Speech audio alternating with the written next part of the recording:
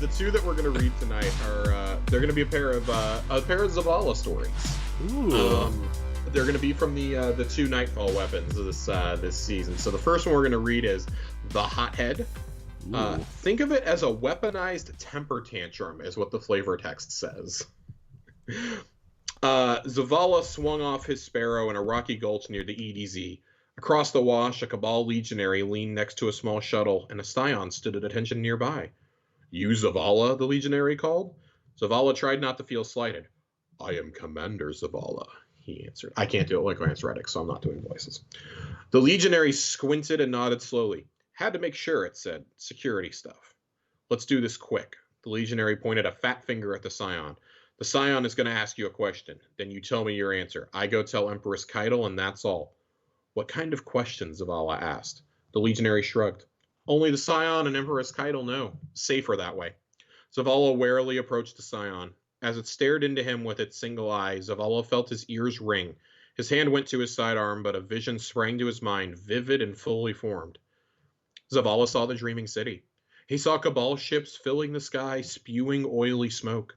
Then an explosion, a sea of explosions, violent, red and black, with the fury of planet killers, unmakers, but concentrated, refined, for the size of the task at hand. He saw death for all in the dreaming city, bodies face down in the crystal grid of their palace. Marasov, Petrovenge, Crosshairs, countless awoken, collateral. For at the bottom of a crater was the shattered body of a crystal-bound hive god, destroyed at her most vulnerable moment, her trickery silenced forever. Then a war, yes, probably, but a small one, and behind it blood on two pairs of hands, two willing to pay the price for peace. No. Zavala broke the scion's gaze, and the vision stopped abruptly. The legionary grunted. "That your official answer?" Zavala straightened. "My answer is no," he said clearly.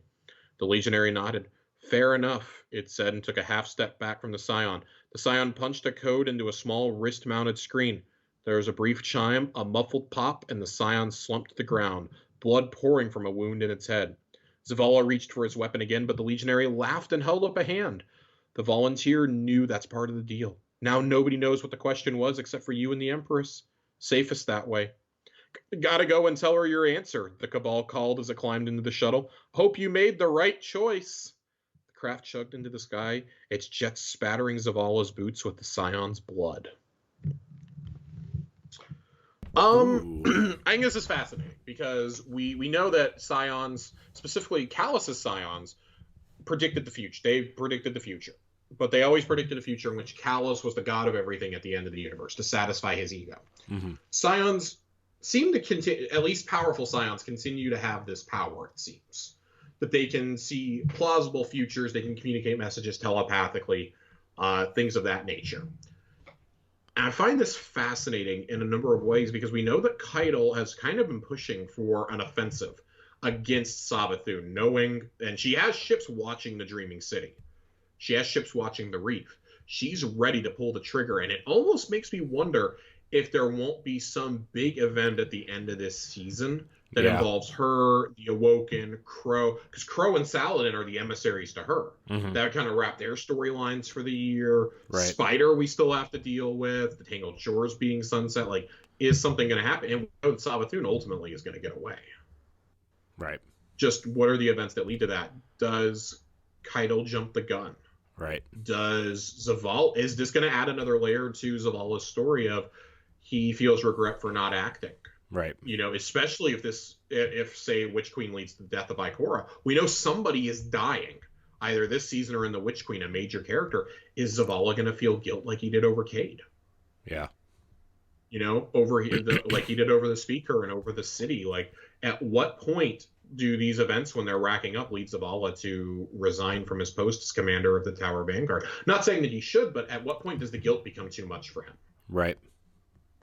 Yeah. So, and I mean, he just had a dissenter in the city ranks, in the consensus ranks. Mm-hmm. One of the leaders has fled. The other, two of them have fled. One is dead. You know, and he's reminded of that repeatedly throughout this season too. Yeah. It's just, it's wild. There's so many things here. And it's like, well, what do we do now? Yeah. Like, the leadership is fractured. Savathun's basically achieved her goal there. Yeah. How are we supposed to mount a defensive against her? Right. Well. Our second piece tonight comes from the comedian. Aha! Ha ha ha! Ha ha ha ha ha ha ha! That's literally the flavor text. Zavala I get it. dully at the Because comedians are funny. Yeah, I know, right? Zavala stared dully at the desk on his the papers on his desk.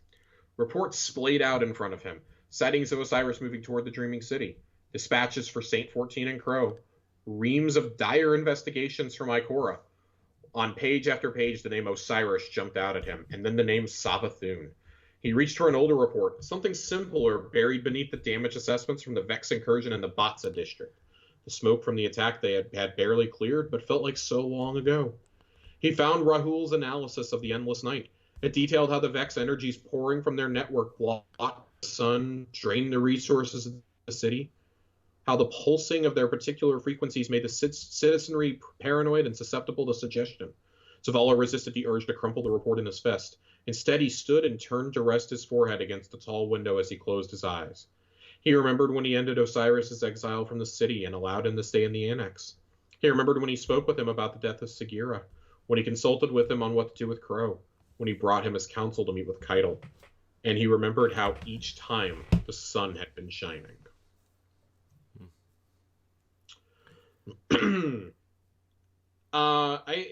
This just kind of, again, this adds another layer to Zavala. You know, this is more racked with guilt. You know, he literally let a hive god into the city. Right. But he let her in. Almost, the Vex almost took over the city because of that. The Elixni were almost wiped out.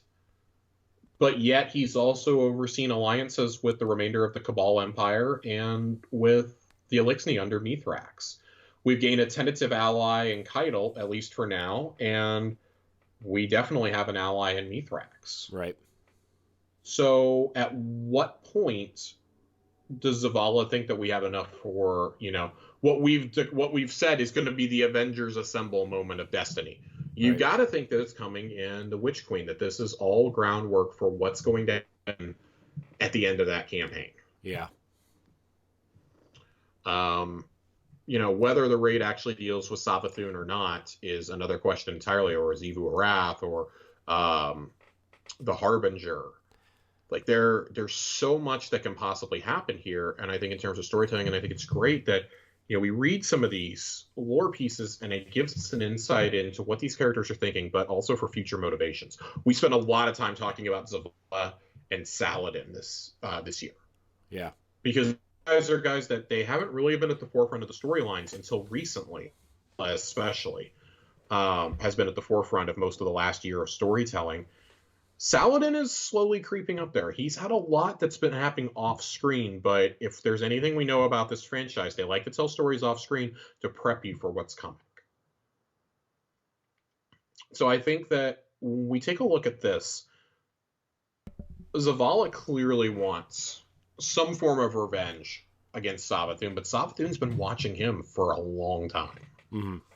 You know, we know that she was peering through Shax's Ahamkara skull at Zavala, trying to influence him, and we know that from the Traveler's Chosen One. We know that the people in the streets, you know, it says here that they're susceptible to paranoia, anxiety, and trickery and suggestions. They're humming Savathun's song out there. Mm-hmm. Crow is singing it in the helm. At some point, we have to reckon with all of this. Like, there's a larger narrative reason for her song. Like, this is something that's been in the game since the Red War campaign with the Big Shrieker, literally called Savathun's song. And I think it's great that we've come full circle, even though it's taken 5 years, almost 5 years at this point, to do it. Right. I think that's great. Like, that's great. Like, to lay these narrative seeds and do it. Like, Savathun is something we've built up to since the Books of Sorrow. Since we dispatched Oryx, we've been working up to Savathun. Right. We've been working up to Xivu Arath. Like, we know what Savathun looks like. Are we going to see Xivu Arath in the flesh this season too, before the end?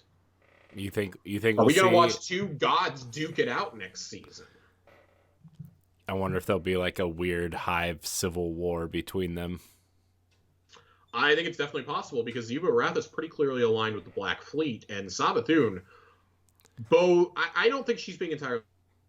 You know, we've discussed this, that maybe this isn't the real reason. Like, she is clearly scared of something. Maybe but it's not Xivu Arath. Maybe she figured out how to steal the light so she could fight Xivu Arath in the darkness, or like whatever power the Black Fleet is giving them. We know the darkness has passed her over multiple times. Yeah. You know, first it went, Aramis, and then figured out how to use it, and then we did as well. Savathun was trying to keep us from talking to the pyramids when they first arrived. Right. She didn't want us talking to them. We remember the season of arrivals. We remember the inflection points. Remember the weekly story where she was sending Nokris to stop us. Right. And her lieutenants in the Ascendant Plane. She very clearly did not want us. And when that scheme failed, that's when she was like, yeah, fuck it. I'm going to kill Osiris and I'm going to take his body. I'm going to come to the city as a familiar face. Right. Yeah, I don't think there's a whole lot to really dissect here, but I think these are interesting building blocks for what we know is coming. Yeah. So, man, that's Lore Corner. So many questions that like you think you're gonna know the answer to, and then they're just gonna turn it on its head. Yeah, and that's both exciting and terrifying. Like, we think we have it figured out. In a way, I've just kind of given up on trying to figure out what's going to happen, because there's 50 different plot threads that are all intersecting at the same time. Yeah. So. Man, so exciting. I'm so excited, Josh. There's so many exciting things happening in Destiny. I just want to play it. So. Right.